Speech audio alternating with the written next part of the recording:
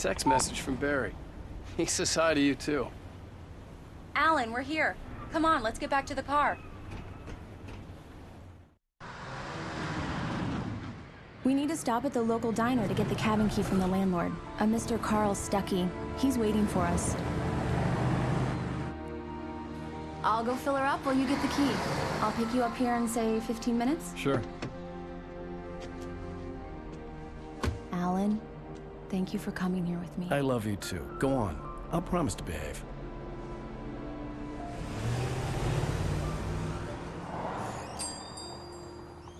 I'd forgotten there were still places like this. Towns where everybody knew everybody. Welcome to the Oh Dear Diner. Hi, I was wondering if you could help me. I'm looking for... Mr. Wake. Alan Wake. Oh, God! I am your biggest fan. I know people say that all the time, but I really am. I'm glad to hear that. Rose. Rose, I'm looking for Mr. Stuckey. Carl Stuckey? Carl? Oh, of course, Mr. Wake. He must have gone to visit the restroom. He'll be back in a moment. Diners are the very essence of traditional Americana and the hearts of small-town communities, such as Bright Falls. Well, okay. There being so many of them, and many of them looking very much like each other, source material for this location was always going to be plentiful. But even so, from the start, we had a certain one in mind. If you can remember a certain black tie-wearing, pie-munching FBI agent who likes a damn fine cup of coffee, you'll know the one I'm talking about. Bad circulation!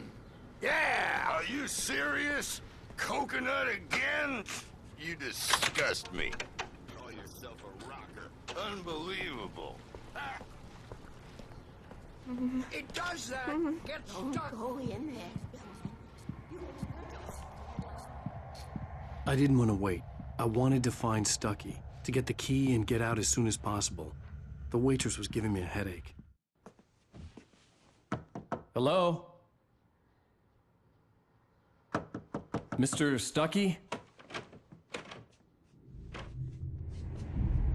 Carl couldn't make it.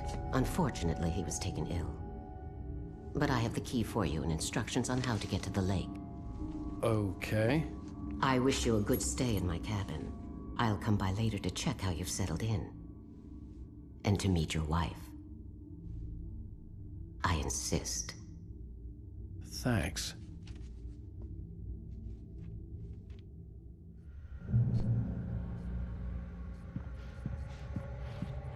Cauldron Lake is a special place.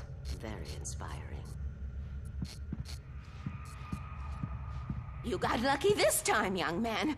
You can hurt yourself in the dark. This really ought to be fixed, and then I must... Even that sounds better than your singing. Are you all right? The Andersons, they're, local musicians. We're waiting for Dr. Hartman to come pick them up. They wandered off from his clinic at the Cauldron Lake Lodge.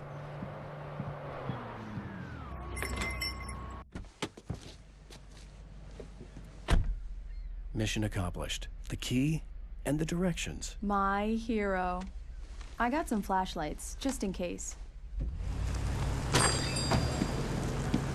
Hey, wait! Mrs. Wake! Your keys!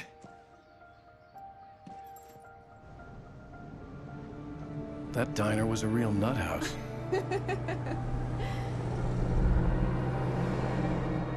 Can you believe this place? This would make a wonderful setting for a book. We're supposed to be on vacation, Alice. I'll figure it out when we get back home. Okay? Okay. We can talk about this later. Bad man here, I'm KBFF. I didn't want to talk about it. I wanted to bury my head in sand. Here's another one of my favorites to go with it. Once upon a time, I was a successful writer, but that was a long time ago. I hadn't been able to write a word in 2 years, not since my last book. And now the weather. It's gonna be a clear night, so you folks in the big city might want to look up every once in a while, see those stars winking down at you. It gets pretty dark out here, but they'll light your way.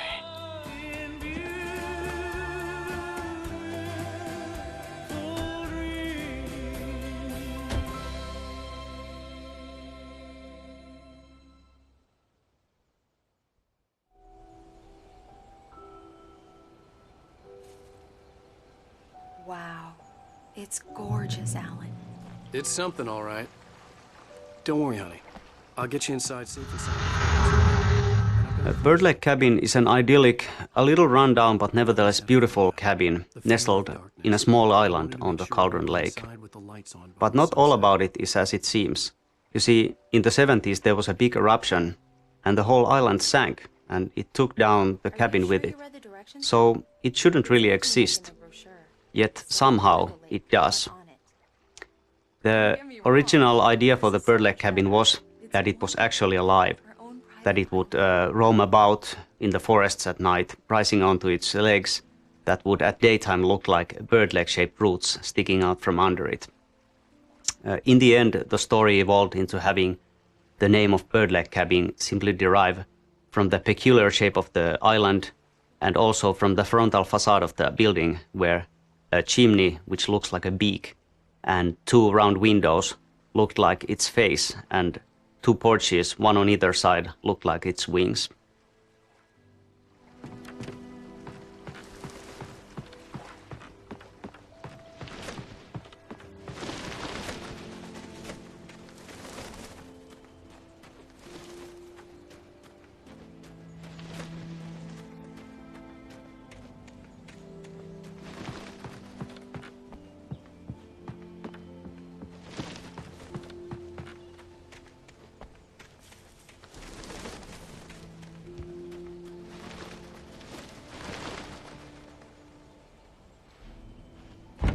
An old generator had been connected to the power cable.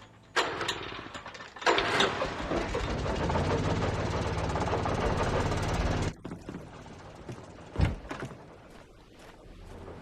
lights are on! Good work, honey. I'll freshen up a bit and start settling in. Okay, I'll look around a bit. The island had once been the site for a love story. Maybe it would be that again. It was a beautiful place. I told myself I could rest here, sleep here, and forget about my work. I thought we could be happy here.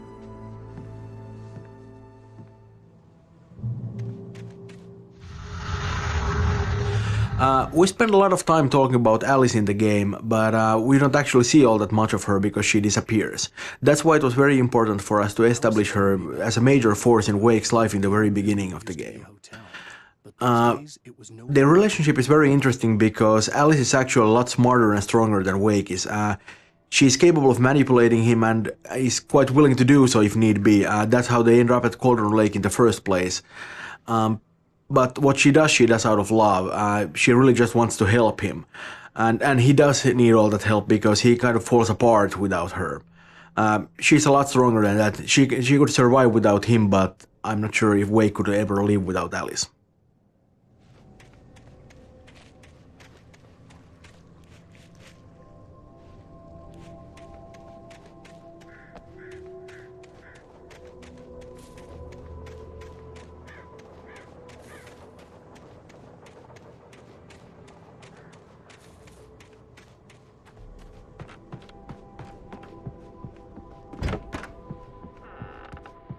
Alice? Honey? Alan, I'm upstairs. I have a surprise for you. Well, hello there. I'm not the surprise. It's in the study. Go take a look. Okay.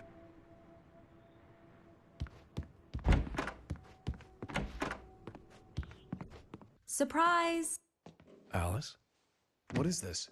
I guess I have a small confession to make. I thought maybe you could write here that a change of scenery would get you past... Damn it, Alice. Everyone Hey, keeps... just hear me out. There's a local doctor, Dr. Hartman. I read a book of his. He has a private clinic here.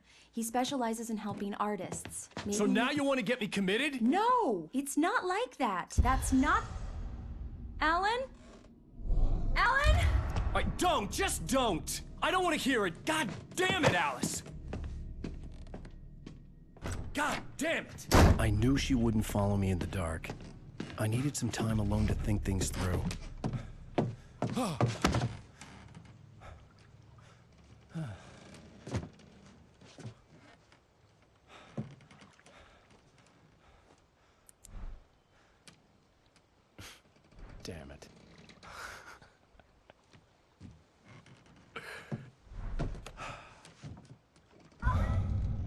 Alice? Alice? Alice! The cabin had gone dark. All the lights were out. Alan Wake has a lot of problems. His marriage is failing, he's suffering from the results of extremely poor impulse control, and frankly, the guy is a bit of a dick. He's not a bad writer, he's definitely a decent one, and obviously he's been very successful, but you know, it's probably not a coincidence that the moment he sets out to write this really good novel, he's not actually capable of even starting it. He's been disintegrating for a good while now, you know, too many parties, too much self-pity. He's just really not handling the situation well at all, and it doesn't help at all that he's using Alice as his muse without realizing that this actually places a great deal of pressure on her, because it kind of makes her responsible for his success as a writer, which is very unfair. Wake is definitely a flawed character, but I think he kind of grows on you. We wanted to avoid the video game stereotype. He's a writer, not a space marine. And it's kind of ironic, I think, that he really stands out from the crowd just by being pretty ordinary.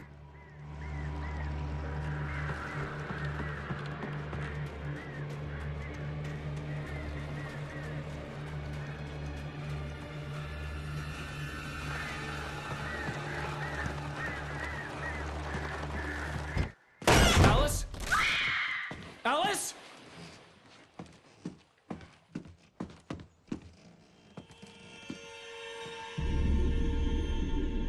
Oh no!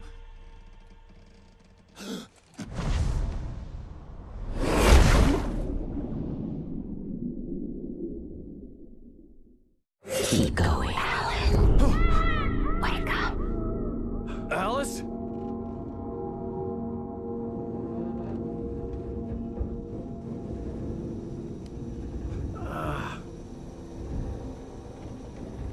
Waking up in the crashed car felt like I had woken from one nightmare and entered another.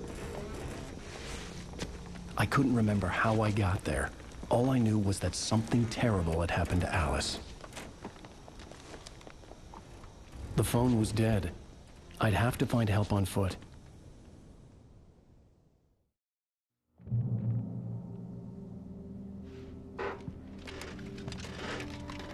Among Alice's things was a book, The Creator's Dilemma, by a Dr. Emil Hartman. Seeing the book brought back my fight with Alice. I didn't like it, and I didn't like the guy's smug face on the cover either. Designing the environments, we are making full use of the diversity of nature in Pacific Northwest region. In this episode, we find Alan Wake crashed in a car, unable to climb back to the road, and facing a long hike through the forest to reach a distant gas station where he hopes to find help. The area is a rocky, forested valley. He has to go through a logging site and also a marshland that follows the bottom of the valley and a river crossing. In the end, there is a vintage old gas station to explore, so really it's a visually very interesting location.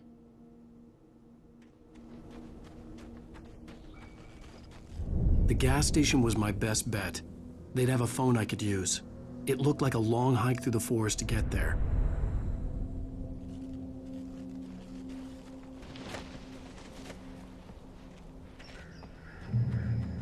Damn.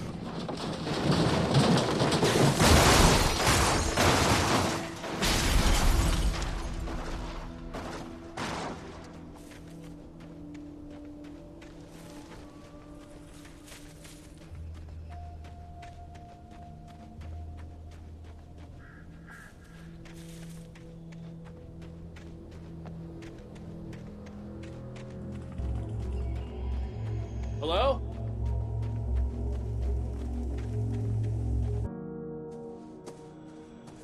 Hello? Is someone there?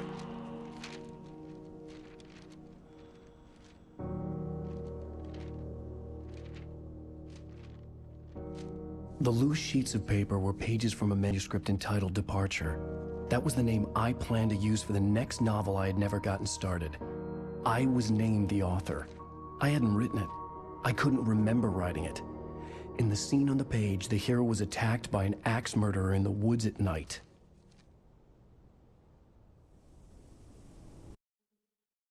Departure by Alan Wake. The man turned to face me. His face was covered in shadows. It was hard to make him out in the darkness of the forest that surrounded us, but the axe he lifted was plain to see. It glistened with the blood of his victim. He grinned madly. The shadows were alive, distorting his features. It was a scene from a nightmare, but I was awake.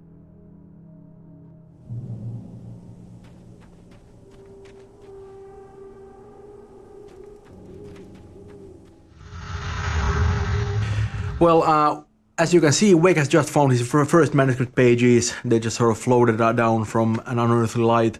And the manuscript is really one of our main storytelling tools in the whole thing, and one of our most important concepts in the entire game. And that stuff was actually really difficult to write because, you don't have a lot of space there. You have a couple of paragraphs, and you kind of need to be able to tell a little story there. Yeah, and I also think that manuscript pages are a big part of the whole Alan Wake experience. While it also tells a lot about the world itself, it also gives you a really deep history of different characters in the game. Yeah, and it feels kind of natural too because, we sort of made the pages a part of the whole thing. They're not just sort of, random things in the, on the sideline, but they're actually something that's really a part of the plot because they really are the plot. Exactly.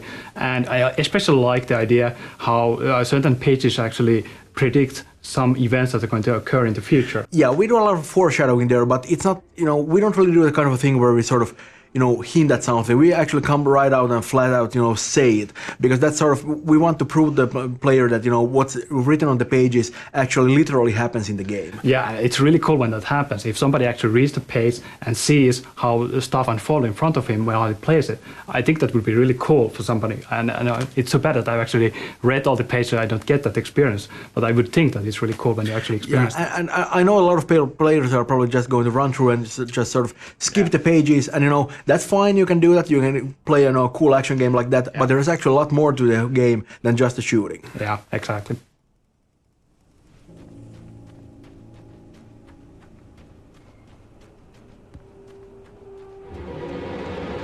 Anybody there? Please, I've been in an accident.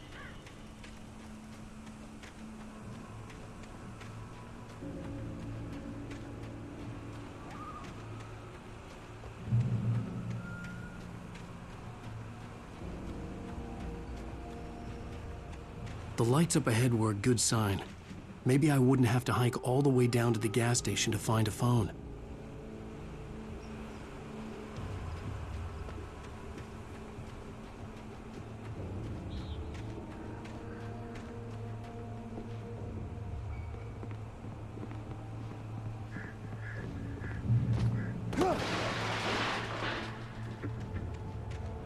Anybody there? Please, I've been in an accident.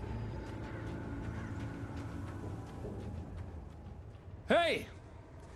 Hey, you! Phil! There's been an accident. I need help.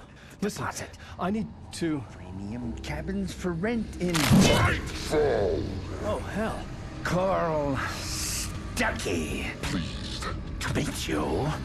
Non-refundable reservation deposit required. Fair and square.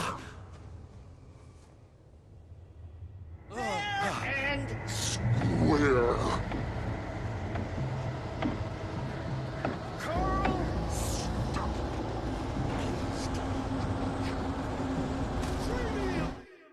The Taken stood before me. It was impossible to focus on it, as if it stood in a blind spot caused by a brain tumor and eye disease. It was bleeding shadows like ink underwater, like a cloud of blood from a shark bite. I was terrified.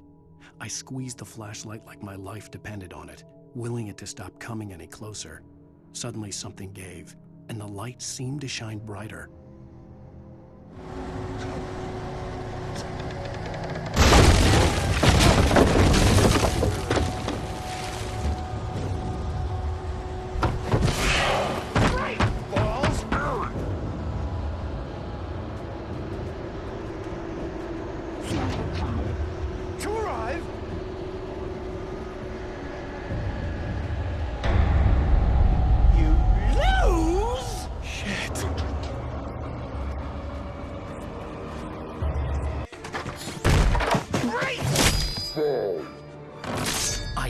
figure a way out of this. Any second now, and Stucky would be knocking on the door with his axe like Nicholson in The Shining.